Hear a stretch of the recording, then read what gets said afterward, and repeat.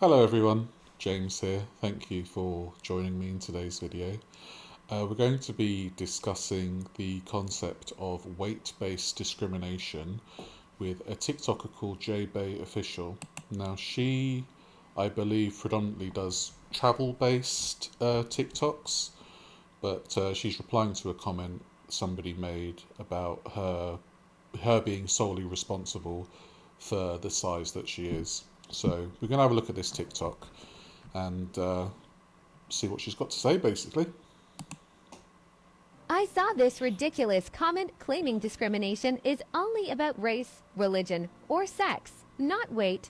Seriously, let's set the record straight about weight-based discrimination. Discrimination is the unjust or prejudicial treatment of different categories of people, especially on the grounds of ethnicity, age, sex, disability, and, or, wait for it, weight.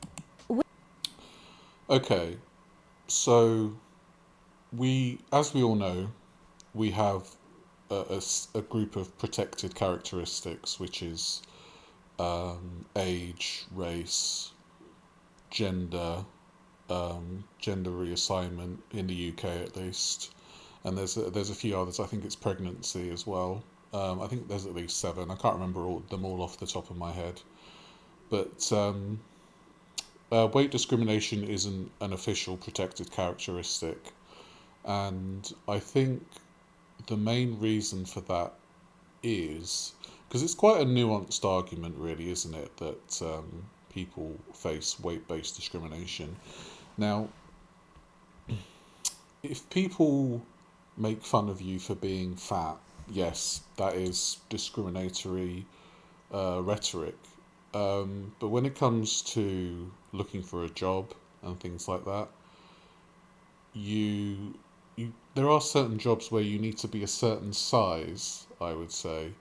So if you are somebody that needs to get into like a small space, you can't be 300 or 400 pounds because you're just not going to fit into those small spaces. And likewise, if you need to lift a load of heavy things, you're not going to be able to if if you're vastly underweight. So it does work on both sides of the spectrum. Um, but judging by Jay Bay here, she seems to have reached a point of almost immobility, um, which is extremely sad to see. I was bedbound effectively for about 6 months during the COVID pandemic, which was like the first 6 months from March to September, and I absolutely hated it because I basically didn't leave my room for half a year. Now, obviously, everyone was affected in different ways by the pandemic, but being immobile for so long made me want to, you know, do what I could to lose as much weight as I could.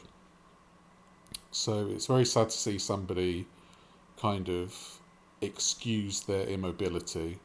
So so JB here is obviously looks like she's in a supermarket and she's using a mobility scooter to get around. Um, it's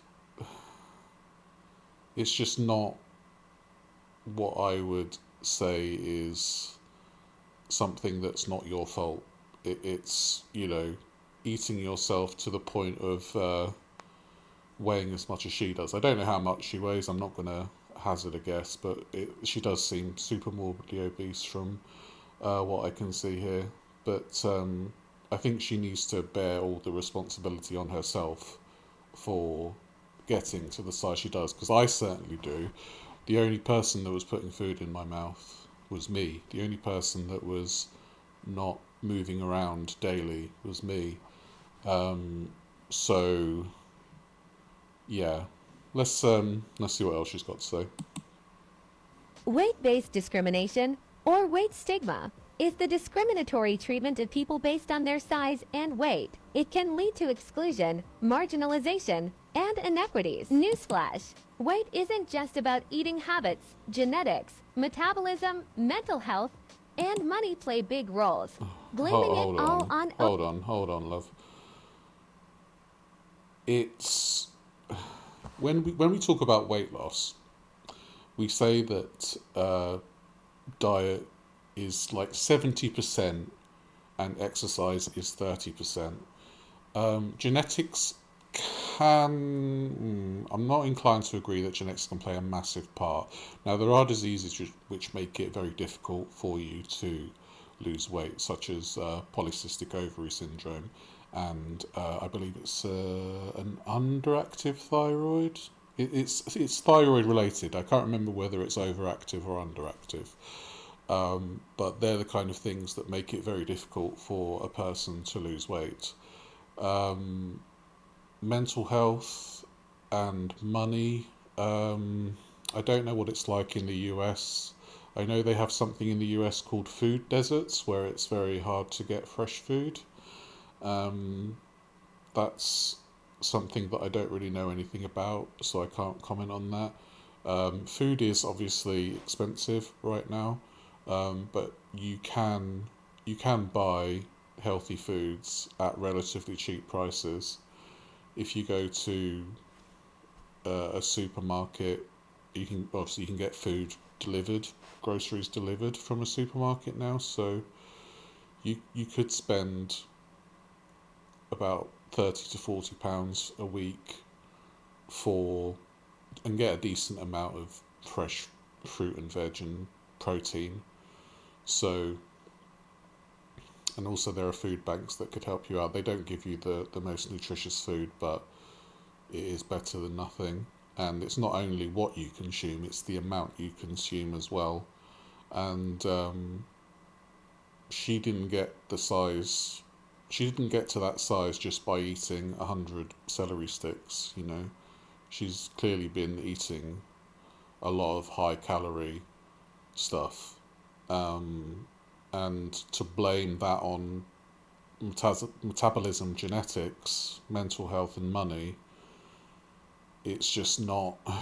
It's shifting the blame onto external factors when really you should be looking at yourself and saying that I have done this to myself and I need to do something about it.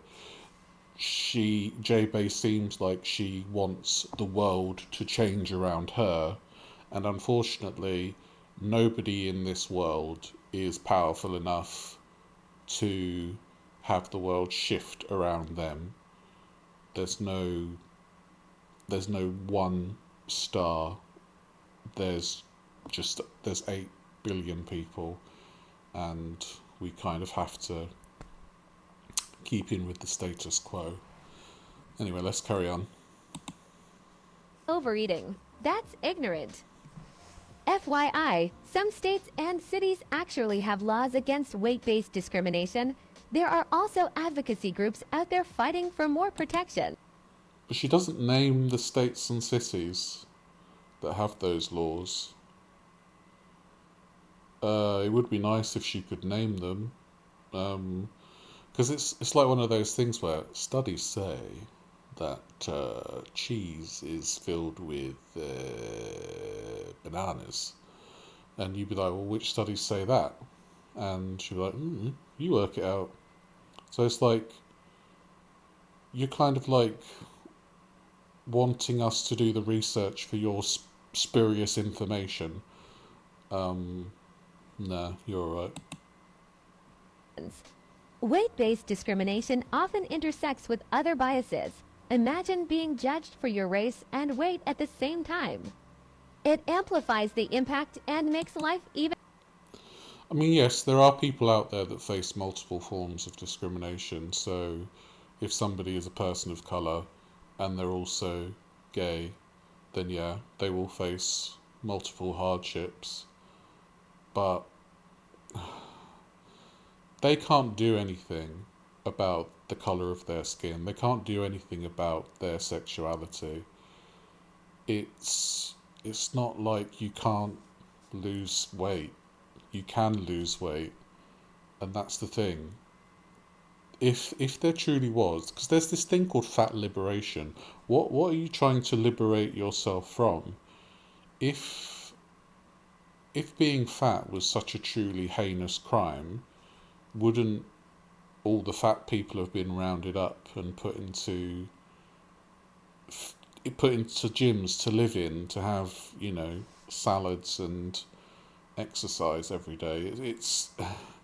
It's very much like making yourself the victim when you don't need to.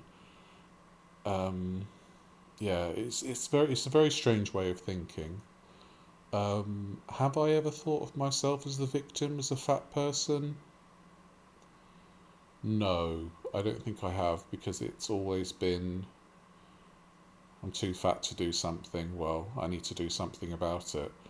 It's like I've always wanted to walk in far off places, and I've never been able to do that because I've been so big.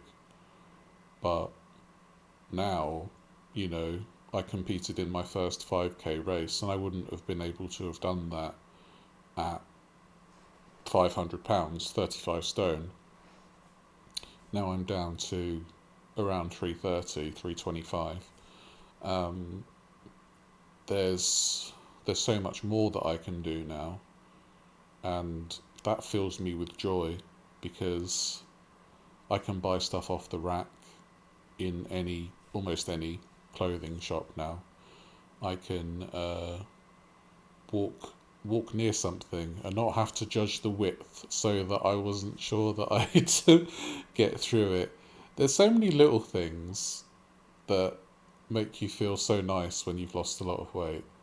And I really wish people like JaeBae would understand how much joy you can feel when you lose weight and you don't end up shopping on a mobility scooter. You can actually walk to the shop and just get a pint of milk. So you can walk a mile there and a mile back, and you can listen to nature, and you can be in the moment. Now, obviously, I'm being very fantastical about my experiences just getting out a pint of milk, but that's how I feel now, because I'm not used to it.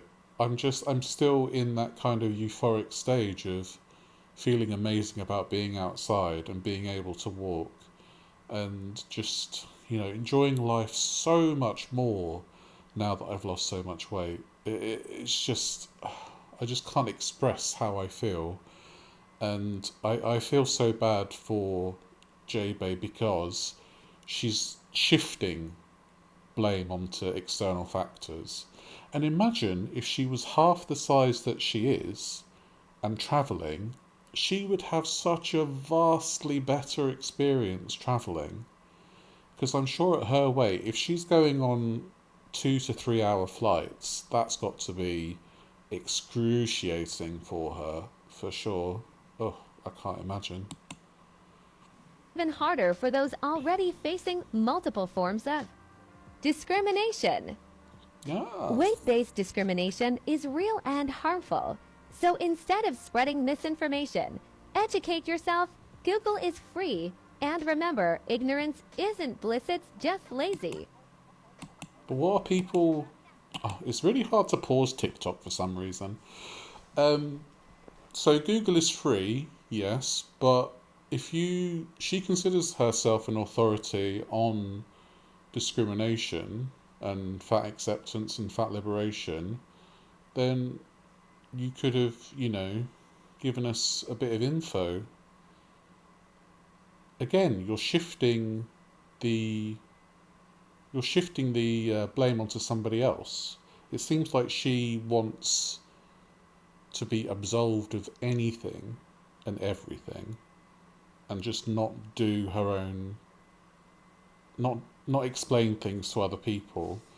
Um, Imagine, I used to work as a teacher and a teaching assistant, and you always helped people get to the answer. You didn't explicitly give them the answer, but you always helped them with resources and things like that.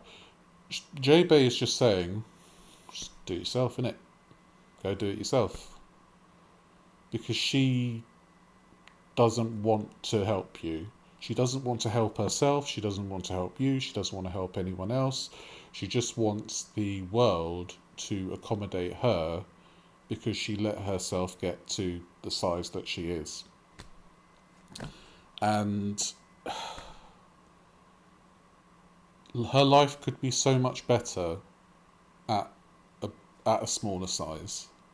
And a lot of people in the fat acceptance sphere just don't understand that. And speaking as somebody who's lost over 160 pounds now, obviously I've still got a long way to go on my weight loss journey, but out here doing it and chipping away at my weight week by week,